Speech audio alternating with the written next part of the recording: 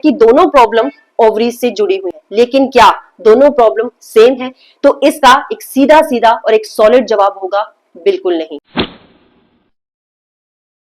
PCOD और PCOS same नहीं है। तो पीसीओडी मतलब पॉलीसिस्टिक ओवरियन डिजीज, ये एक लाइफस्टाइल डिसऑर्डर है।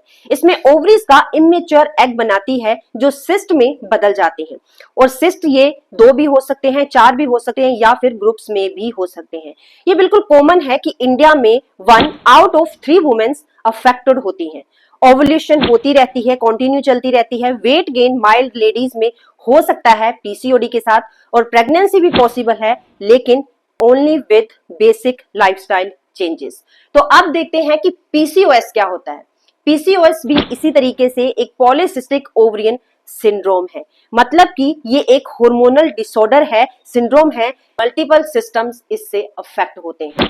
इसमें एंड्रोजन हार्मोन्स, जो कि एक मेल हार्मोन्स होता है, बहुत ज्यादा रिलीज होने लग जाता है, लेडीज में बहुत ज्यादा बनने लग जाता है, और ओवुलेशन इसमें इरेगुलर या फिर बिल्कुल एब्सेंट हो सकती है। पीसीओडी की सिविरिटी माइल्ड टू मॉडरेट चलती है, मतलब कि इसकी जो सिविरिटी है ये कम भी हो सकती है और कम से थोड़ी सी ज्यादा हो सकती है, लेकिन पीसीओएस की जो सिविरिटी होती है ये मॉडरेट टू सीवियर चलती है। इसकी जो इन्फेक्शन होता है पीसीओएस, ये बहुत ज्यादा बढ़ जाता है। हार्मोनल इम्बैलेंस अगर पीसीओडी में देखते हैं तो ये प्रेजेंट हो भी सकता है, लेकिन कभी कभी ये बहुत ज्यादा हाई होता है।